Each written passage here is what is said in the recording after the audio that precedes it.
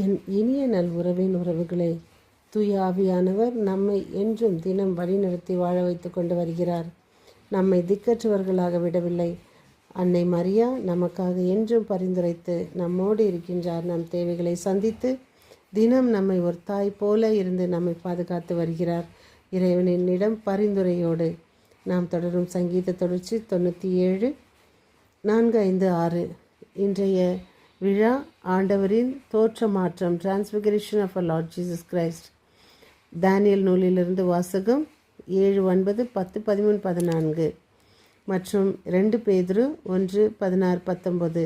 இன்று தூய நற்செய்தி வாசகம் 9, 28, 36.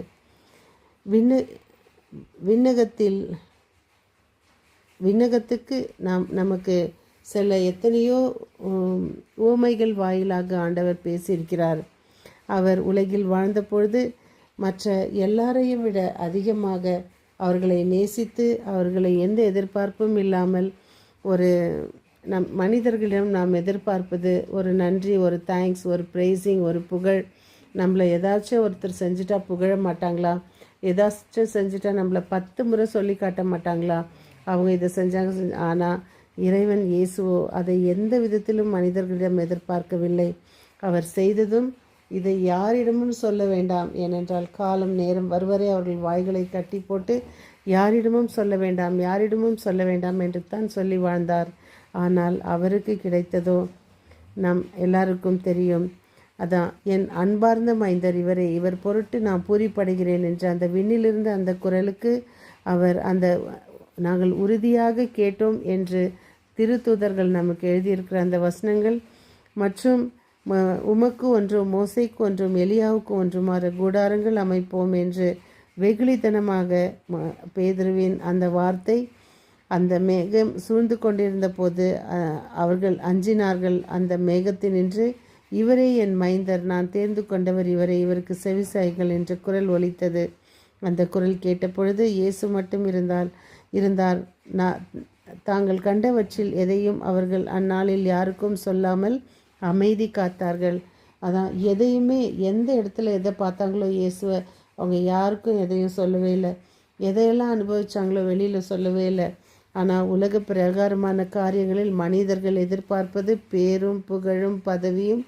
அவர்களுக்கு அந்த பிரேஸ், அவர்களை எப்பவுமே புகழ்ந்து கொண்டிருக்கணும். ஆனால் இறைவன் எதிர்பார்த்ததோ அவர்களிடம் எதுவுமே இல்லை.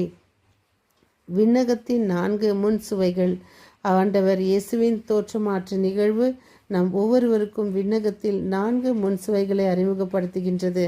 உயர்ந்த மலையில் தனியாக நம் வாழ்வு எவ்வளவு தான் பரபரப்பானதாக இருந்தாலும் இறைவனோடும் நமக்கு நெருக்கமானவர்களோடும் நாம் தனித்திருக்க நேரம் ஒதுக்க வேண்டும். தோற்றமாற்றும் இந்த தனித்திருக்கும் அனுபவம் நம்மிடம் மறைந்திருக்க இறை சாயலை வெளிப்படுத்த வேண்டும். அப்பொழுது நமது முகம் ஒளிரும், அகம் மலரும். நம்மோடு இருப்பவர்கள் இந்த மாற்றத்தில் மகிழ்ந்து நம்மோடு வாழ விரும்புவார்கள். சான்றோரோடு உரையாடல். நாம் யாரோடு உரையாடுகிறோம் என்பது நாம் யார் என்பதை காட்டுகிறது. எதை பற்றி உரையாடுகிறோம் என்பது நம் வாழ்வின் லட்சியத்தை பறைசாற்றுகின்றது. நாமும் யாரோடு என்ன பேசுகிறோம் என்பதில் கவனம் செலுத்துவோம். இறை தந்தையின் பாராட்டு. இயேசு மனிதரிடமிருந்து பாராட்டை எதிர்பார்க்கவில்லை, ஆனால் தந்தை அவரை பாராட்டினார். நாமும் இறைவனின் திருவுளப்படி வாழ்ந்து அவரின் பாராட்டை பெறுவோமாக. இறைவன் இயேசு நமக்கு பாருங்கள், நம்ம கிறிஸ்டியன் என்று சொல்லும் பொழுது கிறிஸ்து நம்மோடு கலந்திருக்க வேண்டும். அதான் கிறிஸ்துவத்துக்கு அழகு. கிறிஸ்டியன் என்றால் அதான். இப்போது சிலர் ஒருவருடைய ஊரை வைத்து அந்த பெயரை சொல்வார்கள். அந்த ஊர் என்றால் அந்த ஊர் அவர்கள் பெயரோடு இணைந்திருக்கும். ஏனென்றால் அவர்கள் அந்த ஊர் வழக்கப்படி அந்த ஊரினுடைய எல்லா கண்ட்ரோலையும் அவர்கள் இருப்பார்கள். அந்த ஊருக்கு எல்லா நேரத்திலும் செல்வார்கள்.